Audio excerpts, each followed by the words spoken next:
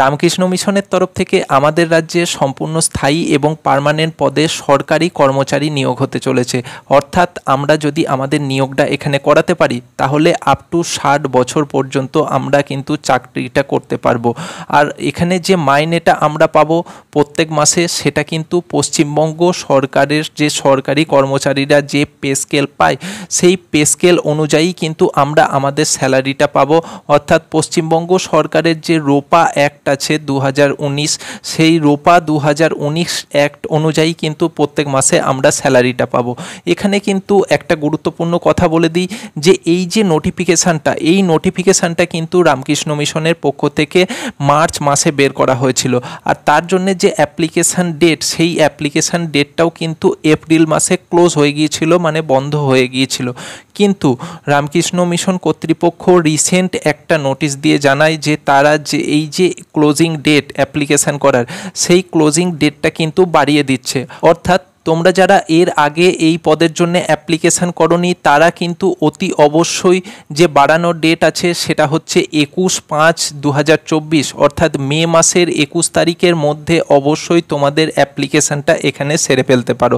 সবথেকে বড় কথা হলো যদি তোমরা এখানে অ্যাপ্লিকেশান করতে চাও তাহলে সেখানে কিন্তু তোমাদের কোনো রকম অ্যাপ্লিকেশান ফিস ভরতে হবে না, মানে অ্যাপ্লিকেশান ফিস জমা না দিয়ে কিন্তু তোমরা এখানে অ্যাপ্লিকেশান করতে পারো। সেটা যে কোনো candidate, general, ST, SC, OBC কারোরই কিন্তু এখানে কোনো রকম অ্যাপ্লিকেশান ফিস লাগছে না। সুতরাং এখন মেন বিষয়ে আসা যাক যে কোন পদের জন্য এখানে নিয়োগ করা হচ্ছে।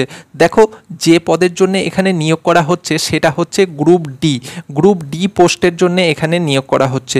মোট কতগুলো শূন্যপদ এখানে অ্যাভেলেবেল আছে বা খালি আছে? মোট কিন্তু এখানে শূন্যপদের যে সংখ্যা আছে সেটা হচ্ছে 10টা শূন্যপদ এখানে খালি আছে। এই 10টা শূন্যপদের যে রিক্রুটমেন্ট হচ্ছে সেখানে যদি চাকরি পাও তাহলে প্রত্যেক মাসে কত টাকা করে তোমাদের মাইনে থাকবে?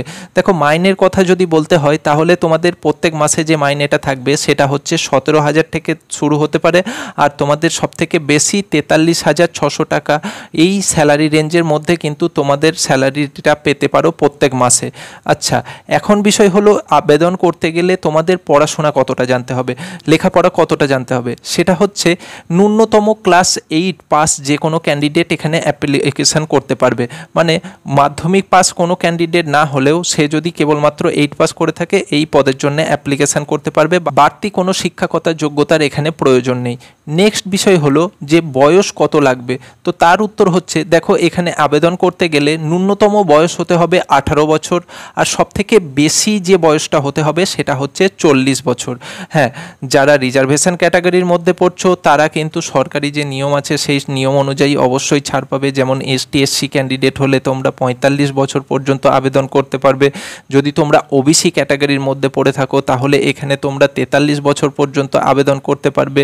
হ্যাঁ, অ্যাপ্লিকেশানের যে লাস্ট ডেট আছে সেই ডেটটা কিন্তু তোমাদের অবশ্যই মাথায় রাখতে হবে, সেটা হচ্ছে 21শে মে 2024।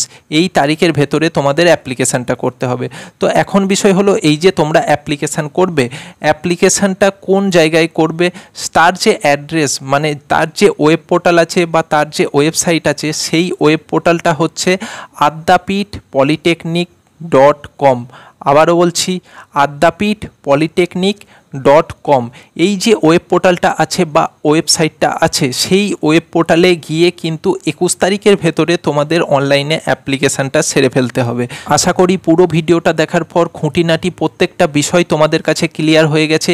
এর পরেও যদি তোমাদের মনে কোনো প্রশ্ন থেকে থাকে বা কোনো কথা জিজ্ঞাসা করার থাকে সেটা তোমরা কমেন্ট বক্সে করো, আর আমাদের সাথে জুড়ে থাকার জন্য চ্যানেলকে কিন্তু অবশ্যই সাবস্ক্রাইব করো।